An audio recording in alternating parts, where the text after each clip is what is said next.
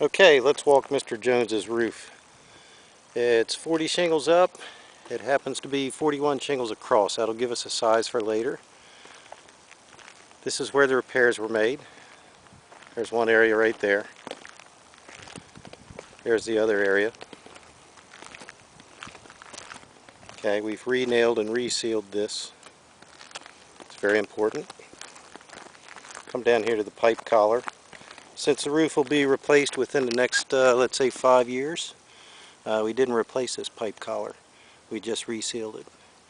We resealed it with geocell tripolymer sealant. That'll be good for life, basically.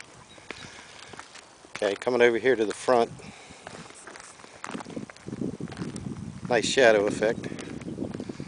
Okay, here's the dormer. Everything looks good. All the ridge caps are intact.